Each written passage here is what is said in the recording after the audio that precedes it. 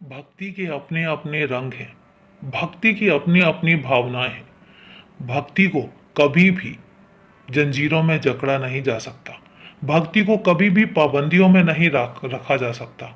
अरे भक्ति तो एक ऐसा शब्द है जो जब दिल में उतरता है तो उसकी कोई सीमा नहीं होती। सीमाओं को लांघ कर और सीमाओं से परे जाकर भक्ति की जाती है। भक्ति तो ऐसी है जो भक्त और भगवान दोनों को एक दूसरे के साथ लाकर खड़ा कर देती है।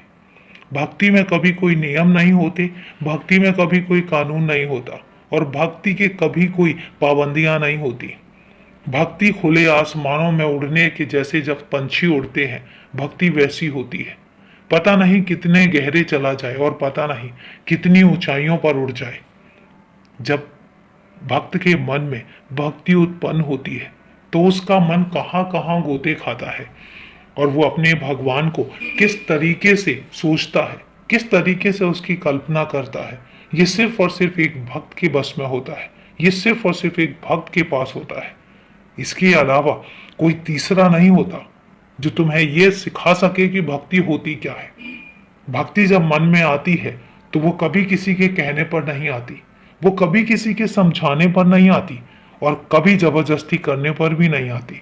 तुम सोचो कि सुबह सुबह उठ के और तुम अपना बस भक्ति में लीन हो जाओ, ऐसा कई बार नहीं होता। कई बार तुम्हारा मन करता है कि तुम इसके अलावा भी कुछ और करो, नहीं मन लगता उस समय तुम्हारा, तो कोई जबरदस्ती नहीं है।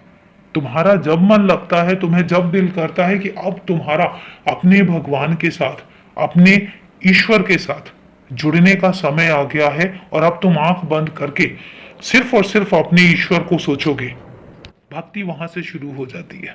इसलिए कभी अपने को पाबंदियों में मत बांधो।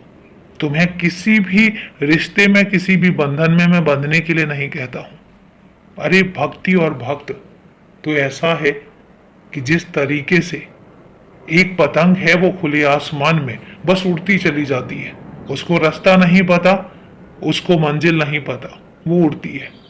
बस एक डोर होती है जो एक इंसान के हाथ में होती है। बस उसी तरीके से भक्ति का है। भक्ति की डोर भगवान के हाथ में है और वो इंसान सिर्फ और सिर्फ उसको उड़ने देता है और भक्ति ऐसे उड़ती है। आज तुम्हें मैं इसलिए कह रहा हूं क्योंकि तुम्हारे मन में कई बार सवाल उठते हैं। कई बार तुम मेरा पाठ भी नहीं कर पाते हो, कई बार छूट भी जाता है और उसके बाद तुम्हारे मन में ख्याल आता है कि अरे आज तो मैंने बाबा का पाठ नहीं किया, कहीं बाबा मुझसे नाराज तो नहीं हो जाएंगे।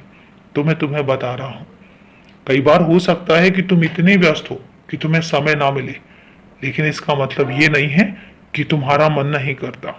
मुझे पता है कि जब तुम पढ़ोगे या जब तुम सुनोगे तो तुम बहुत दिल से सुनोगे, इसलिए और तुम जितने शिद्दत से अपने काम में लगे हुए हो, ये बहुत बड़ी बात है। लगे रहो, मैं खुश हूं, हमेशा खुश हूं और तुम भी खुश रहो, हमेशा खुश रहो, मस्त रहो, व्यस्त रहो।